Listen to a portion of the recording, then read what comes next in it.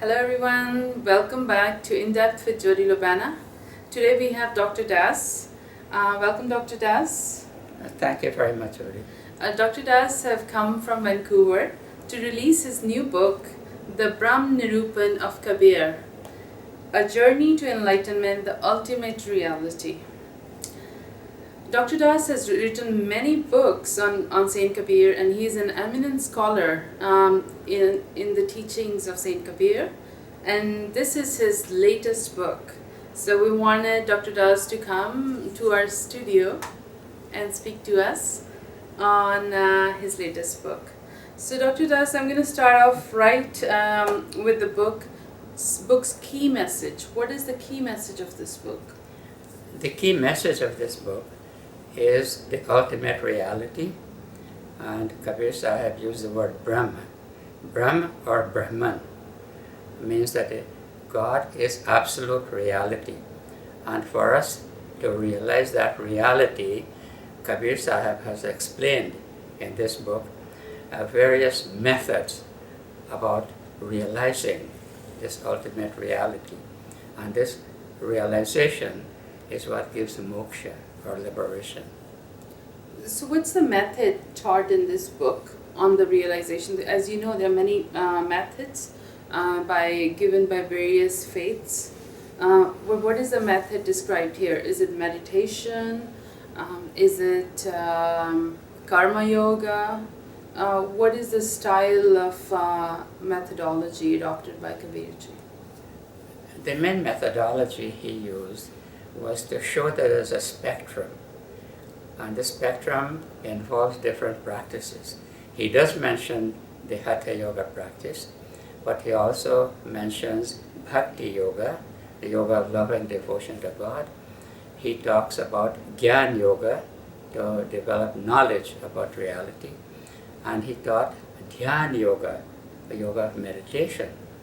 And apart from all of this, he said to have devotion to the name, and he used the word Nir-Akshar, means we have to understand there are three words involved here.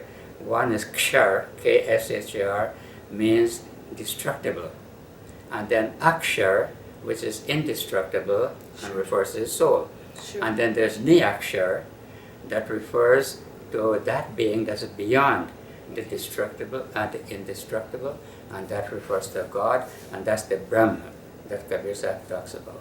So there are three different entities: destructible, indestructible, and something beyond. The beyond is what we call the absolute.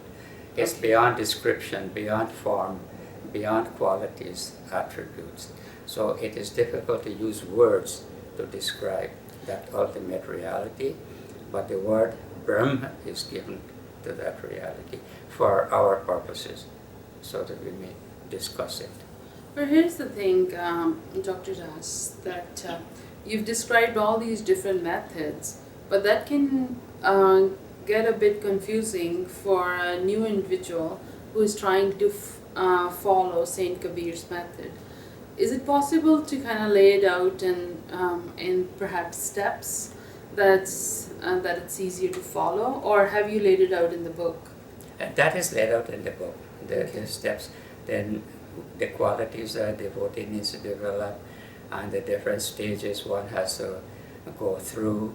They call Vivek, Vairag, Shat-Sampat, Mumukshutva. These are stages. They are in the teachings and philosophies of India, but Kabir Sahib emphasized that method also, and he also said to churn the ocean of the word. Now, in Indian teaching, people are, well, let's say the gods and the demons were churning the ocean of milk, and Sure. they got 14 different gems. Now, Kabir Sahib taught that instead of churning a mythological ocean of milk Sure. between gods and demons, we as each person must churn the ocean of the word, and that word is the word of God.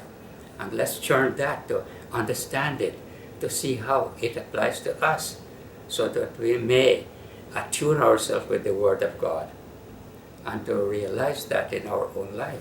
So what is that word? The word is beyond description.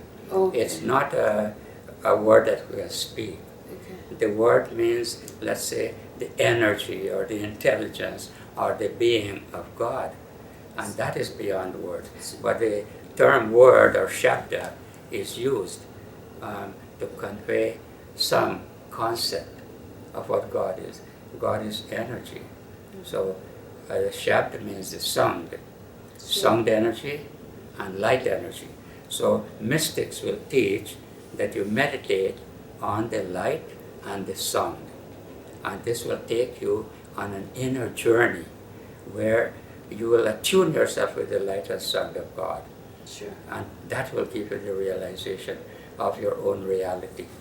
So in essence, you're saying that your book, the Brahm Nirupan of Kabir, actually has steps on how to get to enlightenment as per Saint Kabir. Yes, yeah, those are mentioned in the book.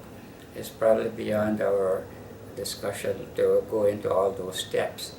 But anyone who will read the book will see that he starts from a grosser, more physical level, such as the yoga system.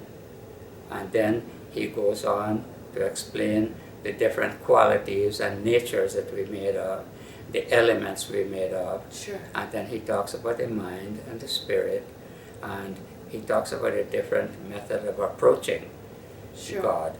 And so it's all laid out in the book. And eventually he talks about Dhyan Yoga. How do you meditate to reach the light and sound? That's the chapter. Sure.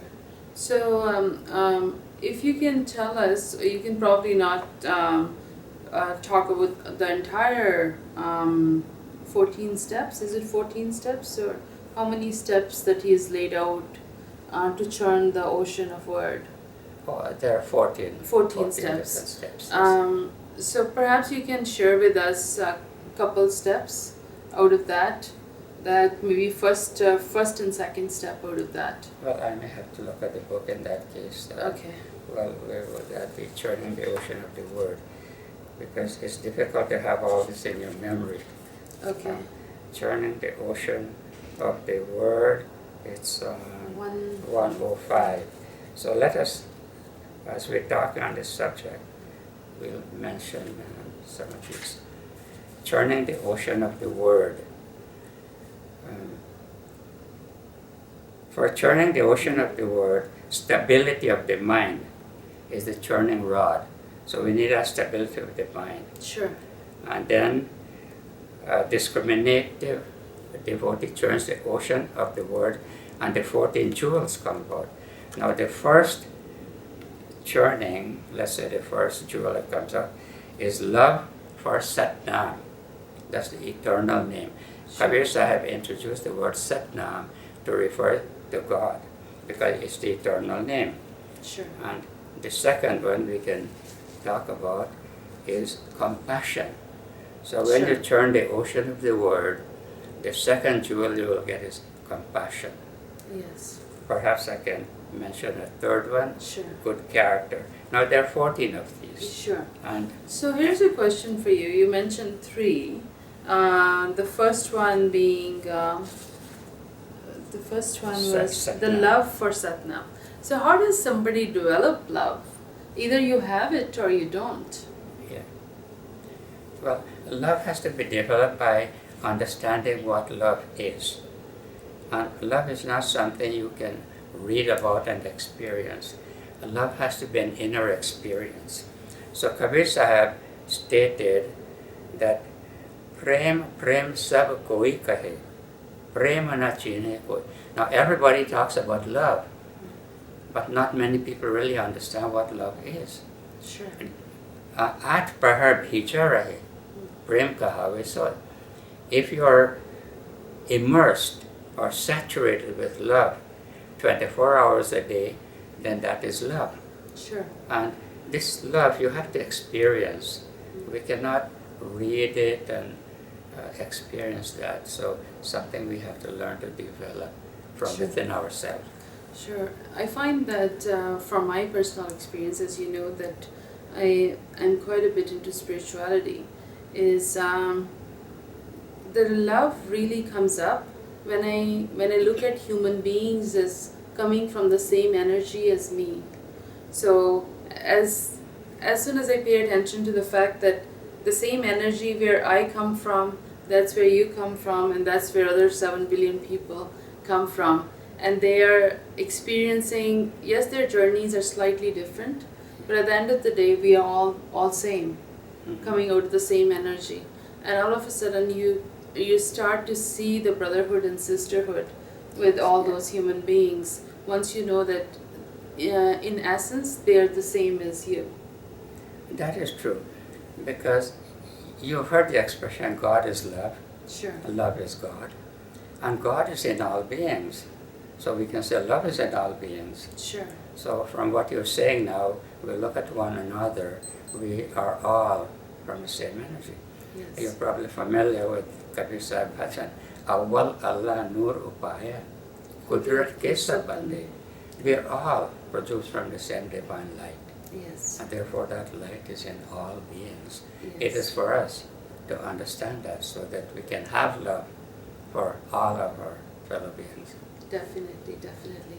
Well, thank you, Dr. Das, for coming to Toronto and bringing us your new book, The Brahm Nirupan of Kabir, A Journey to Enlightenment, the Ultimate Reality. And this book is actually this book specializes on enlightenment and the steps towards enlightenment, the attributes that seeker needs to develop in order to get to enlightenment.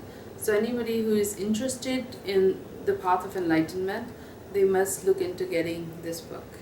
So thanks again, Dr. Das, for coming here and speaking to us. And please do come again. Yeah. Perhaps we can just mention somebody who can want to order it. It's available from xlibris.com. Okay. And it can be ordered online. Okay, perfect. Thank you very much. Thank you. Thank you.